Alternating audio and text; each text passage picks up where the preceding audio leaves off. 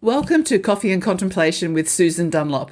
Hello, I am Susan Dunlop, a self-leadership coach and 3 vital questions facilitator living in subtropical Noosa, Queensland in Australia. If this is the first time you've joined me, welcome. And if you've been tuned in before, thank you for coming back. People passionate about what they deliver to the world intrigue me and make me want to know what, how and why they do what they do. I choose to surround myself with people who set magnificent visions, take risks to do good things in service of others, and are kind-hearted, purposeful and wise. Guests joining me on the Coffee and Contemplation podcast are invited to share their personal stories with vulnerability for the benefit of others and are people with either or professional and experiential knowledge of the theme of each episode. Today's guest is Dr. Zarya Rubin, MD. Zarya is a Harvard-educated functional medicine physician, a keynote speaker and burnout expert. She helps passionate, high-achieving women get to the root cause of chronic symptoms and stress so that they can heal from the inside out and truly thrive. Also founder and CEO of Dr. Zarya, a boutique functional medicine practice in Portland, Oregon. Dr. Rubin studied neurology at McGill University and the renowned Neurological Institute at Columbia Presbyterian Hospital in New York City. She received her integrative nutrition training at the Institute for Integrative Nutrition, studying with Dr. Andrew Weil, Dr. Mark Hyman, and Dr. Deepak Chopra, and other leading influences in the world of holistic health.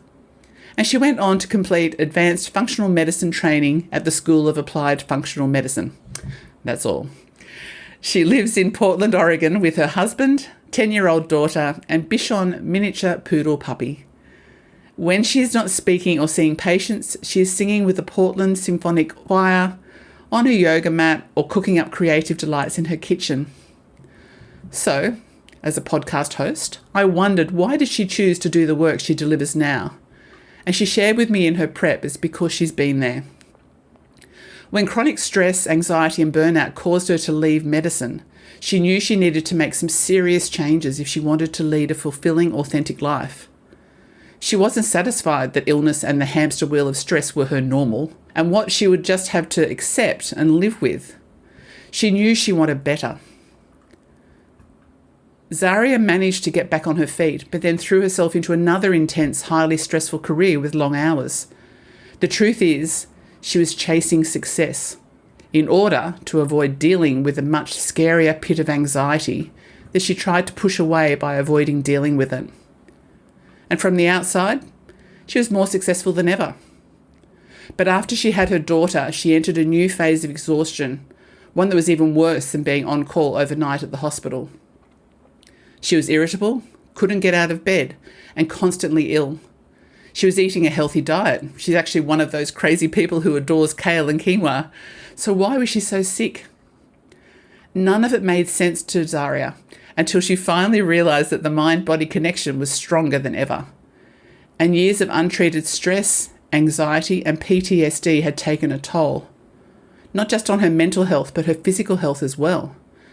Autoimmune disease, emergency surgery, adrenal fatigue. She finally got help from physicians, healers and a coach of her own who all helped her put herself back together again. And so her journey of self-discovery has led her to holistic approaches to health and wellness, healing from the inside out, balancing mind and body. Zarya is so happy with where she is today, and she would love to share with us what she's learned. When I put out a request to Zarya to attend my podcast, she said, I would love to join for Coffee and Convo. I'm a Harvard-educated functional medicine physician specialising in burnout. I'm also an opera singer, a mum, a translator, a trauma survivor and more. Plus, my sis lives in Oz and I've been in Noosa, noting that's where I live, and she also had learned to surf very badly, to which I laughed. Because learning very badly, I just love that. As I said when I started this podcast show in 2020, first is worst, dare to suck. Surfing very badly is a very good start. Welcome, Zarya. Oh, thank you so much for that introduction, Susan. It was wonderful. Definitely made me smile. And yes, cheers to doing things badly, because you have to start somewhere. And I think oftentimes, especially if you're an overachiever or gifted child syndrome, you sort of think you have to be perfect at everything on the first try. I know. And it's exhausting to live that way. Exhausting, yes, and restrictive, yes. So, Yeah. yes, I dared to suck at surfing, and I did, and it was very calm and Noosa. There were hardly any waves. I think my surfboard was about 20 feet long. It was brilliant, yes. You get to sit there and sunbake, really. It would be even a good thing. Yes, and I went on to never surf again. But at least you tried. I have not tried surfing. I tried it. Yes, yes, yes. Oh my goodness, you should. Yes. So, Zarya, when we prepped for our chat, we found we had so many questions we could focus on based on all of that. You had so much there that I could work with. And we ended up coming up with, say, a top 7 questions. And I thought, how about today let's just go with that plan and see where our conversation will take us. So are you ready? I'm ready, but last time we spoke, I think we went over by about an hour. So we'll try to keep it on task today. We'll see how we go. Keep focused. But yeah, we had a great time. So I'm excited to chat with you. Lovely. Okay, so starting off with who or what did you want to be when you grew up, and how did that work out for you? Oh, goodness. I wanted to be a doctor. That was, one of the childhood dreams I think that we have, and it's a common one. And often one that's maybe not necessarily based in reality or an adequate understanding of what that entails. And for me personally, the reasons were because as a child, I had faced a lot of medical challenges and medical trauma from a very young age. And so I thought, well, I want to do this because I want to be on the other side of it. I want to be the one helping and the one healing rather than the one being ill. And I do think that can be a common origin story.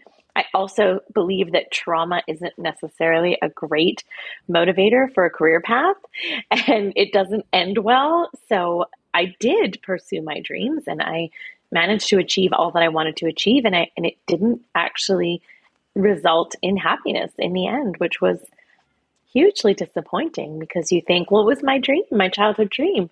Why is it not making me happy? Gosh, and you think how many people would not have come out the other end as you have and found the light to see that there are other ways than what you were doing to yourself. There'd be so many practitioners who would have lived their whole career that way. Well, medicine is particularly challenging because it requires so much upfront investment without actually fully understanding and knowing what you're getting into. So, all of the years of schooling and the pre-med and I had done full college and pre-med, 4 years of pre-med, 4 years of medical school, 5 years of residency, 2 years of fellowship before I really finally had to acknowledge that this was not for me. But you feel as though you're on this path towards success. You can't, it's a moving sidewalk that's moving very quickly ahead, and you're on it whether you like it or not. And it's very difficult to get off because that path is prescribed for you. It's set out for you. It's so much prestige. It's so much recognition. You tell people, oh, I'm studying to be a doctor, or I'm a doctor. And they say, wonderful. If you say, yeah, I don't know what I'm doing, I'm quitting, they say, oh dear. Yeah, well, you've come so far, keep going.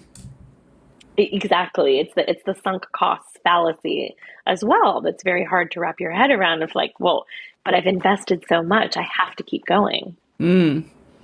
Wow. So you are out the other side. What I was thinking we might talk about before we go into the work you're doing with burnout, from our chat, I'm also a survivor of childhood trauma, pretty different to the trauma that you experienced. But I picked up on your mention of what was bubbling away beneath for you until you found the time to address it, the PTSD and more. Would you like to share some more about that? My thinking being that high achievers may do the same thing, bury it, push it, and keep on going until they burn out.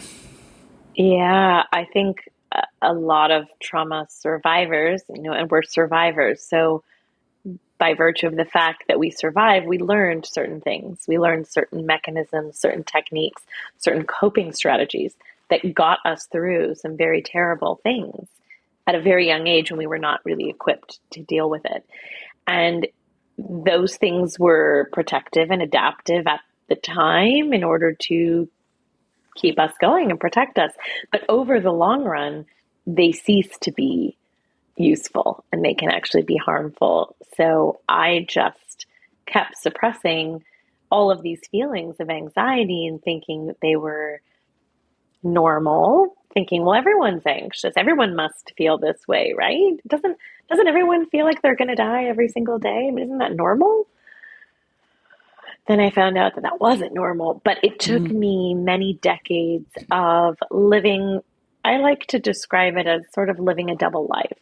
So you have the life that you live on the outside and externally presenting as very accomplished and focused and driven and successful. And everyone thought I had it all together and all figured out.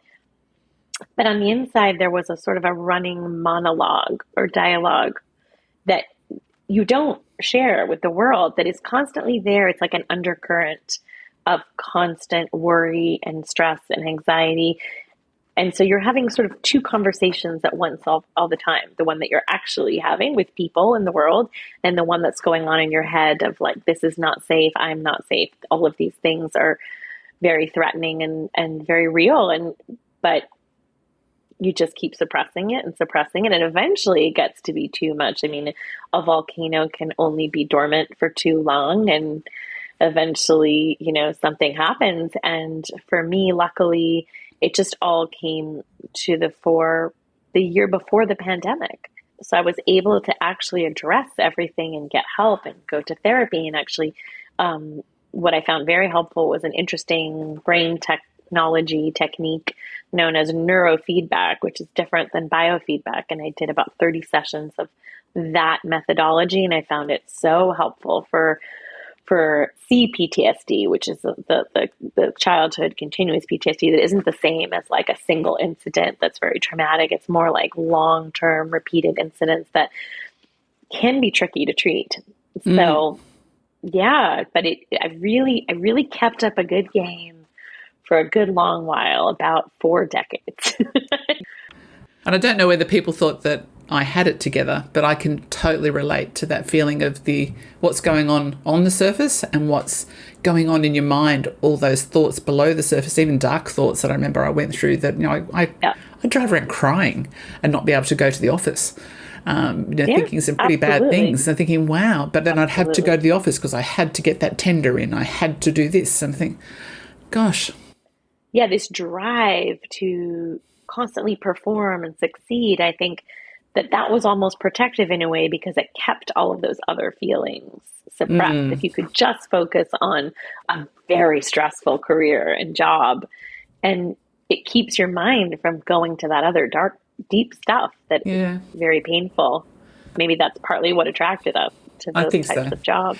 And it's funny then, isn't it, when you come out the other end, as you said, like, I know when I actually first got told by my GP that I had CPTSD, I went, what? Who, me? I said, what? Are you crazy? I haven't been in the army. I haven't had anything like terrible happen to me. Like, I'm fine. It's all good. What are you talking about? I know, crazy. And then you think, wow, and I ran a company on that, or I ran a whole career on that base. Yes. How the hell does that work? It's really, really shocking what the human mind and body are capable of to a certain extent. You can really push the limits for a long time, and then eventually it will catch up with you. Thankfully, in a way that was addressable and treatable. Well, that's the thing. It is addressable and treatable. That's the blessing, isn't it? That, we actually did come out the other end and say, hey, I need to look up and see what this is all about. And I'm very grateful in my case that I did that. Yeah, same. It was just, it became so unbearable that, and I had felt, suicidal almost at times, but not, I never really wanted to do that. I just knew that I didn't want to live like I was living. But I think that's the difference. And I was so fortunate to get help and to get out of things, because a lot of physicians don't. They think that there's only one way out of it. And that's really tragic. I agree too. The dark thoughts that I mentioned, that's the thing. It's like I didn't want to take my life, but I knew sometimes it would be easier. My words would come very quickly. It's easier to be alone. It's easier for everyone else if I'm gone. I think, really? And then I'd talk myself out of it. But, Yeah, Anyway. exactly. Exactly. So you mentioned burnout. So that was, you've experienced the burnout and its impact on your life. How did you recognise the signs and symptoms, and what was the turning points that led you to seek a different path towards wellness? I don't think that I did, actually. I think that's the irony of it, is that burnout can be so insidious. It's kind of like a frog in the boiling water analogy, that classic analogy where you take a frog and you put it in a pot of boiling water. What's it going to do? It's going to jump out. So it will not stay there. Once it hits the water, it will jump out. But if you take a frog, well, I've never actually tried this, but this is how the metaphor goes. So if you take a frog and you put it in a pot of just room temperature water and you turn up the heat slowly, degree by degree, the frog's going to boil. Oh, poor frog. Because it's not recognizing, the process is so insidious, and it doesn't happen overnight, that it takes time, and you don't often realize, like, gosh, all of these things I'm experiencing that have accumulated over time, the sleep deprivation, the irritability, the physical signs and symptoms, the headache, the racing heart rate, the just not wanting the avoidance, not wanting to be around people, the turning to things like, alcohol. It's all of that. It's slow. It starts over time. And then you just, and also the dislike or inability to function at your job and just think, I can't do this for one more day. And yet you do. You get up in the morning, you put one foot in front of the other, and you wait for the subway to come. And I would, like I said, I would wait for the subway in the morning, and I would think, should I get on it or should I walk in front of it? And then I would always get on it and just always go to work. And I think for me, the turning point or the wake up call was not so much my own physical and mental symptoms. It literally came in the form of a phone call. And I was finishing my fellowship, and I got a call one night, late at night, from my best friend, who told me that her husband had been playing Frisbee, collapsed. They rushed him to the hospital. I said, well, they resuscitated him and everything. And she said, no, he didn't make it. And he was my age. He was 35, healthy, young. And it was this incredible tragedy and shock. And I just thought that was, to me, that suddenly snapped me out of my sort of stupor of, I cannot continue like this. This cannot be the rest of my life. I need to do something pretty drastic. And the thing I did was I went to Argentina and did some tango dancing, because I had been studying tango. I know, it's crazy, but that also snapped me out of it, because it was so physical and it was so intensely passionate and feeling in the music and the dance. And I was like, oh, this is what it feels like to be alive and to feel something. And I don't feel that way when I am in a hospital working and being sort of exposed to the trauma that I was reliving day in, day out. And so it allowed me to make the very excruciating decision to walk away from a medical career that I had invested decades of time and money and personal identity into, because being a doctor is not so much a job as it is a calling and an identity. And it was very difficult to walk away, but ultimately it was the right thing to do in that capacity. And my life changed 180 when I did that. Then I went to work at a very stressful job at a startup, and then a very stressful job as a pharmaceutical executive. And so I hopped from frying pans to fires, and was very good at that. But it was ultimately the right decision, but it really took something that drastic. So just going into that, it gave me goosebumps hearing that. Dreadful to have someone lose their life at 35. It was sudden. Yeah. And that was my last guest was talking about that. She talked about, what do you do when there's sudden death? And interesting for it to have been a catalyst for you to do something totally circuit breaking, totally random, must say, going to Argentina and doing tango. But that was enough Yeah. to shake your system up, to go and throw yourself away from where you live. Tell me about the Argentina steps. How did you go from not doing what you were doing to doing something else that could have Well, been equally as boring or stressful? But you chose something totally different there. right. Well, that summer, right after this terrible thing happened, I had this bizarre impulse to dance tango. Now, I had been a dancer and I had danced salsa and things like that when I lived in Central America in medical school, and it had been with this same best friend. And so I loved to dance, and I always felt very alive when I did that. And so instinctively, I think I knew that I needed to get out of my head and into my body and into my nervous system in terms of being able to feel something other than like stress and burnout and being completely shut down and cut off.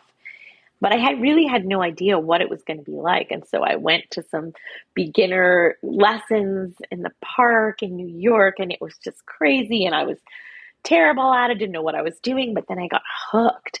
And then suddenly I was dancing multiple nights a week. During the week, on the weekends, I was going out, constantly dancing. I was kind of addicted to dancing. And the next step, the holy grail is, well, you go to Argentina because that's the mothership. And so I started making plans to do that. And I had actually thought about doing that and inviting my friend to go with me. And I had asked her, and she said, well, I don't know if I can, if we can get away, something like that. And then with this terrible thing that happened, she said, no, I want to come.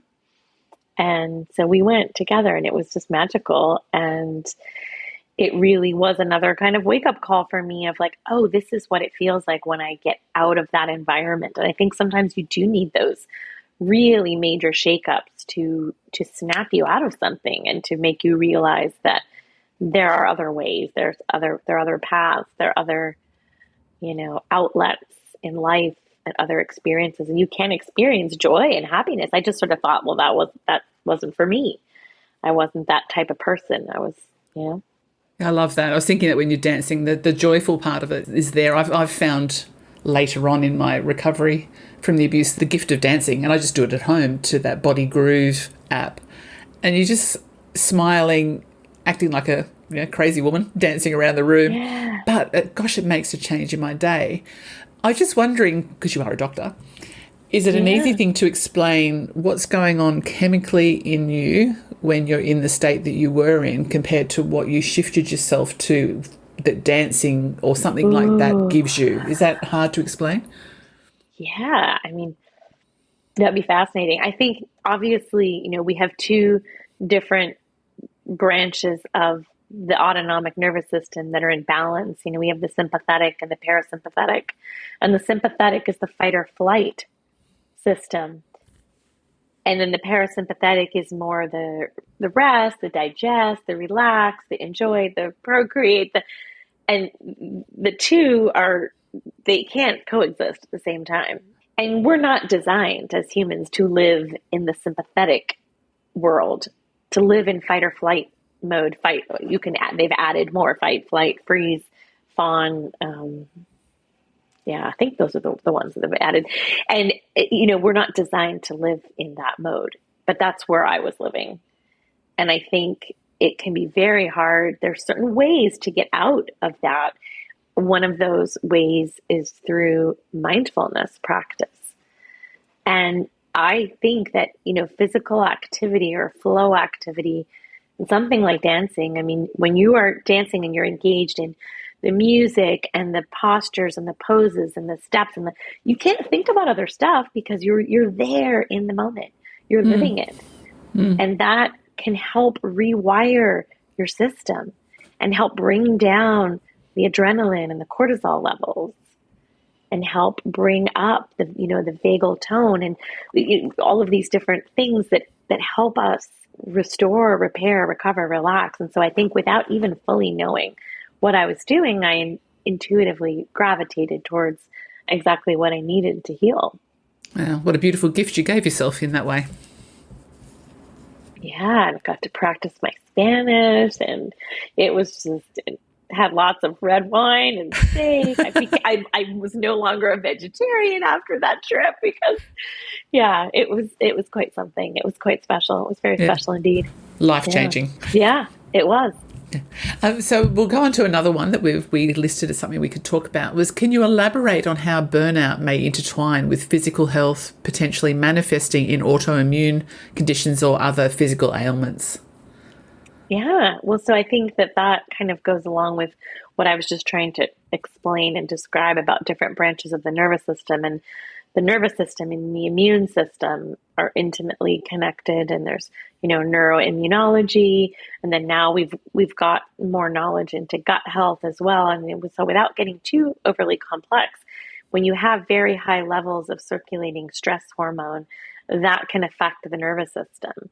And when you also have very low levels of stress hormone that are too low, which happens over time, once you've got acute stress, you've got a burst of high levels of stress hormone like adrenaline, and that translates into high levels of cortisol, and that's all supposed to go away over time. You're not supposed to have sustained levels of cortisol for long periods of time. It can have adverse effects on things like, cognition, blood pressure, immune function, digestion, all of it really.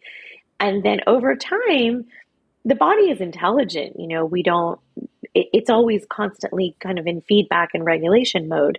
And so over time, if that stress is constant and those levels are sustained, the body's going to say, you know what, let's not make this hormone, let's shut it down.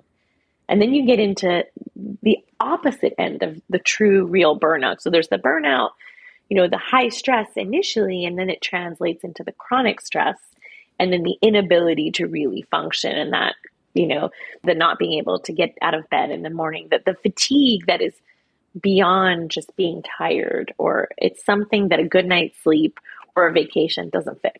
I get that. It's really true in your bones, just exhaustion and a lack of motivation. And so I think that can also influence how the immune system functions, how, our B cells and T cells function, our immune defenses. Also, our gut health is impaired when we've got lots and lots of stress on board. We've got vitamin nutrition deficiencies, our digestion's not functioning adequately, and then you end up with something called leaky gut, or you've got increased permeability in your intestinal system. And that's supposed to be kind of a rock solid wall that doesn't let things pass except very small nutrients.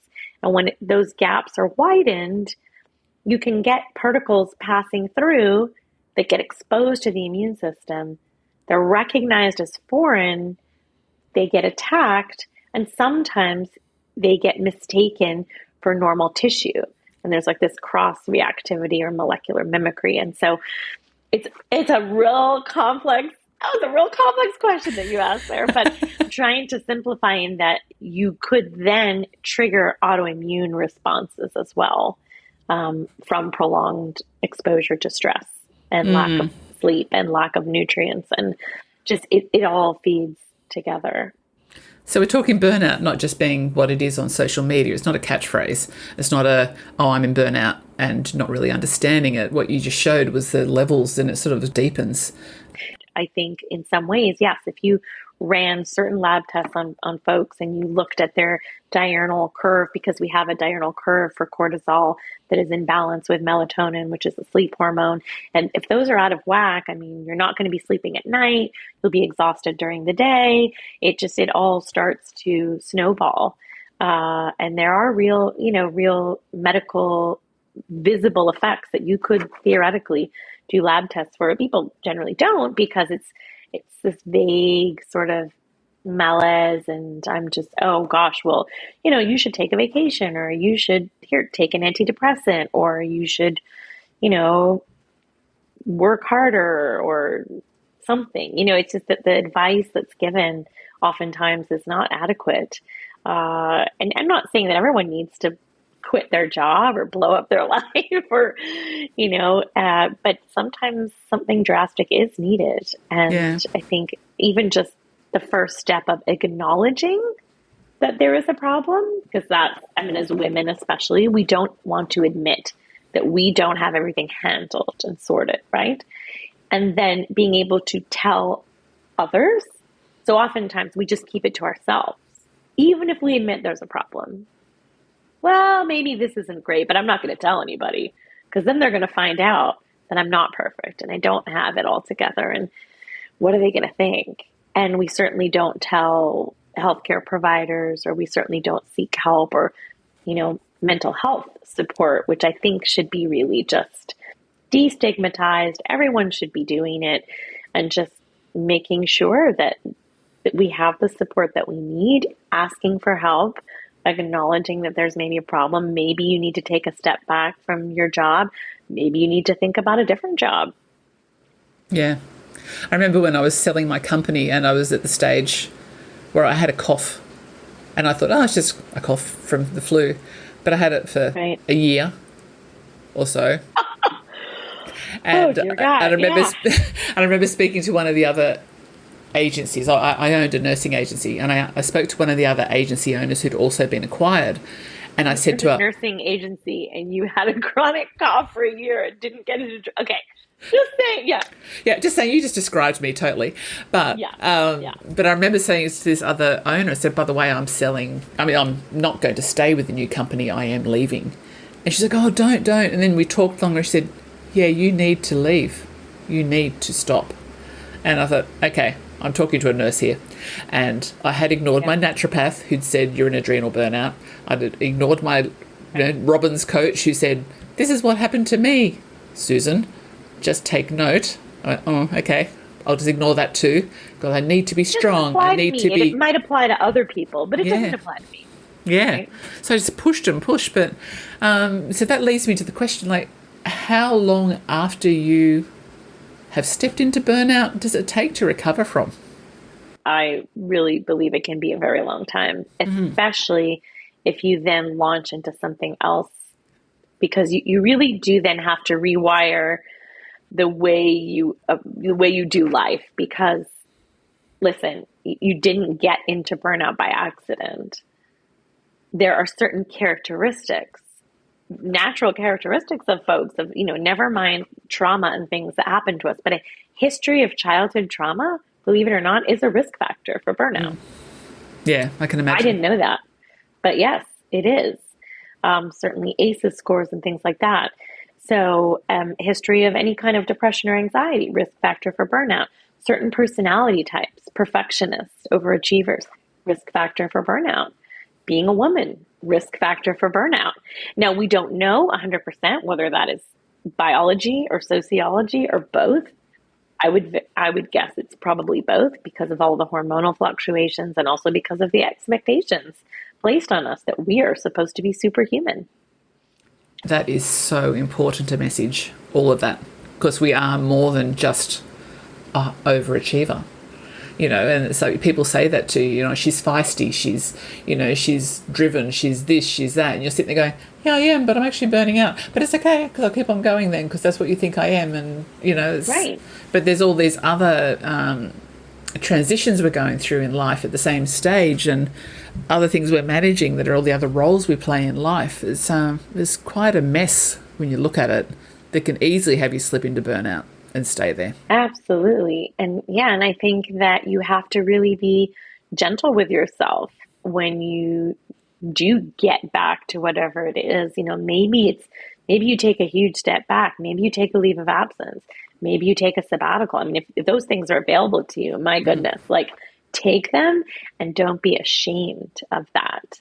Because I also think of the oxygen mask principle. It's like saying, well, I'm not going to put my oxygen mask on. I'm just going to help everybody else. It's like, well, eventually you're going to crap out. Like, you can't help other people if you don't help yourself, if you don't have that oxygen supply. That's what they tell you. Put it on first before you even put it on your child. God forbid I ended up in that situation. But that's really something that we have to embody, and learning new ways of doing things, maybe not pushing ourselves too much. I had to relearn that, when I was pushing myself and not ever taking breaks, and I started to feel that feeling of I feel a bit kind of feverish and tachycardic from I hadn't had any water. I hadn't taken a break. That's not a sign to keep going. That's a sign to stop and take a break, meditate. So I started meditating, of course, as well,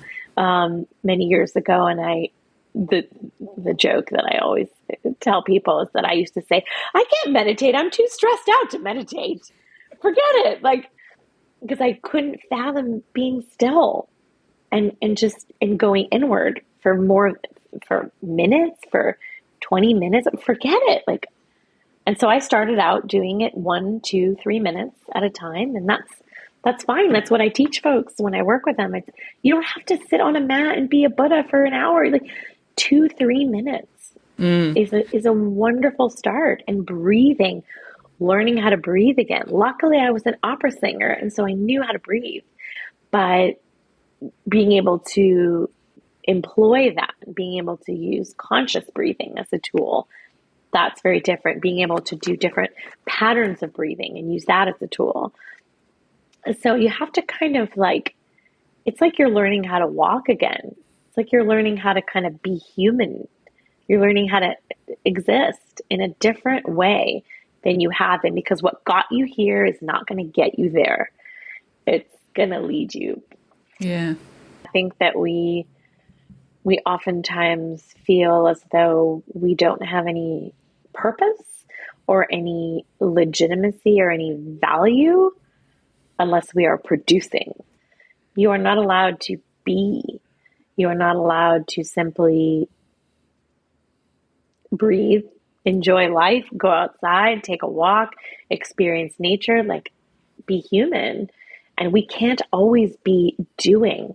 We have to sometimes be being. Yeah. And I think we forget that.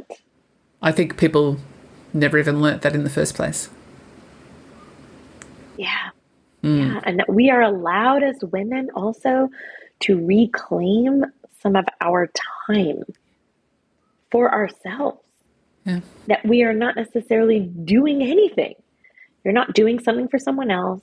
You're not cleaning. You're not cooking. You're not being a superstar at work. Maybe you're doodling. Maybe you're going to choir rehearsal. Maybe you're, just doing something for you. There's a great book by Eve Rodsky called Find Your Unicorn Space.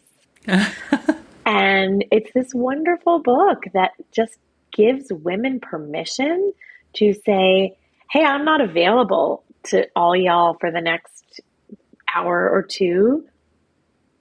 I'm doing my thing. And men are actually quite good at this. Ah, okay.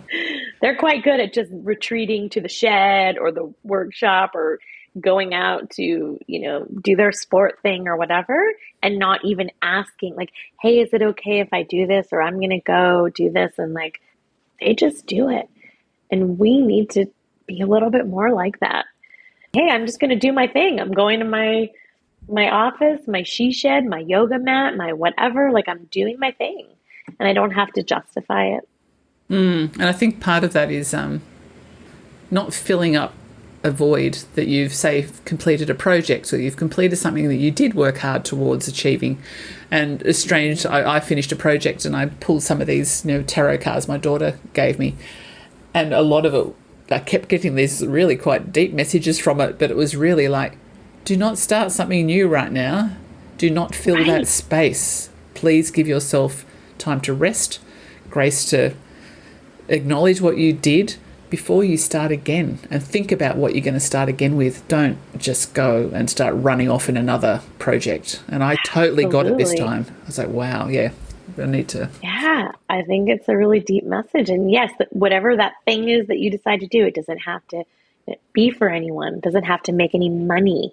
It doesn't have to serve any purpose. It doesn't have to ever be finished. It doesn't have to ever be shown to anyone. It's just for the joy of doing it. Yeah. For me, that's I mosaic with glass. So I just finished this most beautiful mandala, which is just so sparkly. I was like, oh my God, I love it.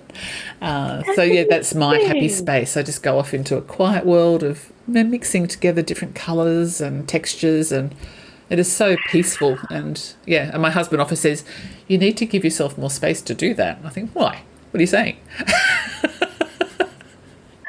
Yeah. And I mean, yes, sometimes these pursuits, these like unicorn pursuits can actually they can turn into careers, they can turn into side gigs or jobs or be lucrative, but they don't have to be. No, no, no, exactly. Just be. So we need to think about that a little Yeah, bit more in 2024, I think. I think so. So, Yeah. given your diverse engagements and experiences, what do you hope Yeah. individuals will take away from your talks? Because I know you are on a bit of a talking circuit. And what small steps Yeah. can someone struggling with burnout take today to start their journey towards wellness? Yeah. So, like I said, it's super complex, and I incorporate so many different things when I work with folks or when I give talks. And but my secret sauce or secret weapon or my mantra that I share with everyone that I work with and when I give speeches is the do one thing less method and approach, which I think I came up with. I don't know. I haven't come across it, but it's just the notion of if you can incorporate this into your life, into your day, into your thinking, is whatever you have going on, do one thing less. Take something off your list. Don't try to do it all. If you have 4 errands that you're trying to run, get rid of one. Only do 3 because it's the analogy that I use is like, let's say you're clearing the table and you've got all these dishes and things and you're piling up and you say, oh, there's that cup. I'm just going to pick up that cup and put it, and then it all goes crashing down. So if you just would leave the cup, just one thing less, it takes off some of that pressure. It gives you some more breathing room. It gives you maybe time to do some unicorn stuff. It's just that the radical act of saying, you know what, I have boundaries, I have limits, and I'm trying to do too much. And this thing's got to go. We have too many meetings scheduled for one of the days, cancel one. You have too many things on your plate, cancel one. Outsource, cancel, reimagine, and it really works. Sometimes I have to remind myself. If I'm running around, I'm like, oh, I have to go here, I have to go here. Then I was like, no, you know what? We have enough groceries. I can defrost something. It'll be okay. I'm going to do the groceries tomorrow. It's just not doing it today. Gosh, you and I are so on the same page. I found those words. I must have found them on your website. I created a meme attributed to you when I was announcing that the podcast was back. And I actually have created that, and people commented on it. I thought, yes, that's what we need to do. Oh my gosh, I have to see that. I know. I've got it on LinkedIn and Facebook and Instagram, but since I read that, it made me think that way. It's interesting that that's a key message, because I was thinking yesterday, it's like, oh, I need to go onto this website and I need to do this blog and I need to do that. And I thought, hold on, do you? Why do you need to do that today? Right. What's making that be on your list today? And I could drop things away from my to-do that I don't realise, I've actually had a really productive day. That was enough. Yeah. Enough for now, And I actually came across some goals research on, goal setting and things. It was New Year. Everyone's doing that through Mel Robbins, that she talks about one of the pitfalls, one of the most common mistakes people make, setting too many goals. Can't okay, this year I'm going to run a marathon and write a book and have a child and start a restaurant. It's impossible. You can't. You'll fail at all of them. I know. Look at me. Look what I said I'm going to do. I can do all this, and I'm not affected by my trauma. Yeah. I can do it all. I know. But yet when you set a strategic plan for your company, I remember having a business advisor very early on, and he obviously got me a bit, and I'd be like, la, la, la, la, la, la, I want to do all this, and this. And said, Sue, choose a course of action. One course of action. And I'd be so disappointed. I'd be like, but I want 3 or 4 courses of action. Exactly. Interesting. So we need to apply that to our own lives. Oh, for sure. So we're actually about to wrap up, Zarya. So what I was going to ask you, you've got a couple of choices here. Yeah. Oh, a couple of choices. This is a free choice, dealer's choice. Yeah, you get. I'll give you 3 choices, and you can choose 2 or 1 of them. Okay, so you can otherwise end with regards to knowing what you do know now. What would be the most valuable advice you would give 7-year-old you that you wish you'd received from your mum when you were 7? Or what is your favourite quote or mantra, apart from that one you just shared? What is your favourite quote and why?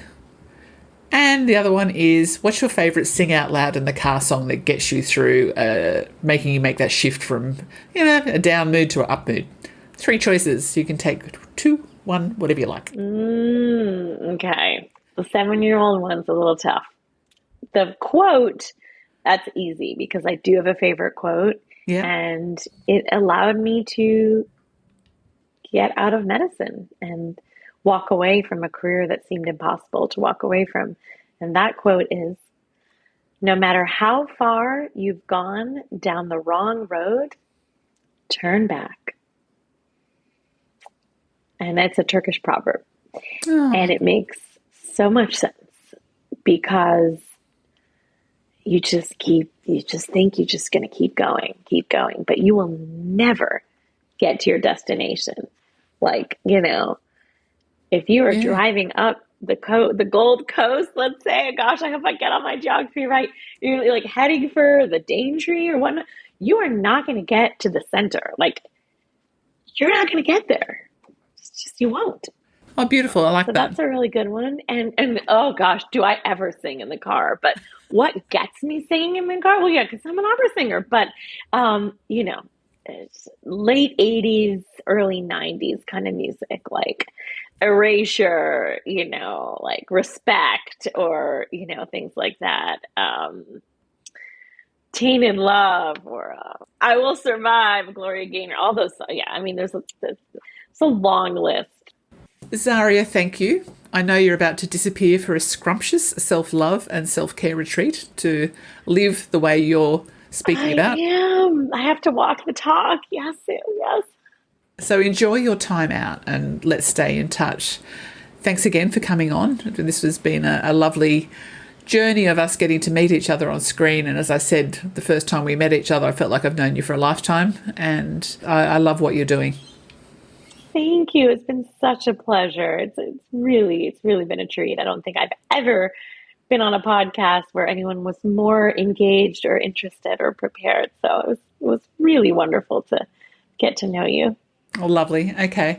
So listeners, burnout is something we hear more of now, and any non-stop high achiever or overachiever is at risk of it. So please think to look into whether you're just stressed, anxious, working too hard, trying to prove yourself. Do you feel depressed, or are you really in burnout and pushing yourself still to keep on achieving one more thing? Reach out to Zarya if you want. I've got her details in the podcast, so please reach out. She's available globally. And I know from experience that I did all of what I just said above, and it takes a really long while. And I still pretend it's not happening, but I know I am in recovery from burnout. In my work as a facilitator of TED and the 3 vital questions, there's one statement that caught my attention that relates to this. And it's the people who live in a state of victimhood or feeling like a victim to circumstances will do everything for themselves by themselves. Creators, we ask for help. So be the creator and reach out for help and see what you can do to change your life. I hope you enjoyed our time with Zarya today. I'll share in the episode description how to make contact. As I said, the transcript of today's conversation will be shared on my website, susandunlop.com.au, within the next week. Zarya's episode has been broadcast across 7 or 8 streaming sites, including the one you're listening to. You are welcome to watch for opportunities to pose your questions to future guests too on my Facebook and Instagram profiles. Susan Dunlop, Lead, Believe, Create. I am forever thankful to beautiful guests such as Zarya for allowing me to understand them more and to share their stories. Trust that you are blessed, even when you forget that you are blessed. Take care of yourself, and I look forward to being back soon. Bye for now.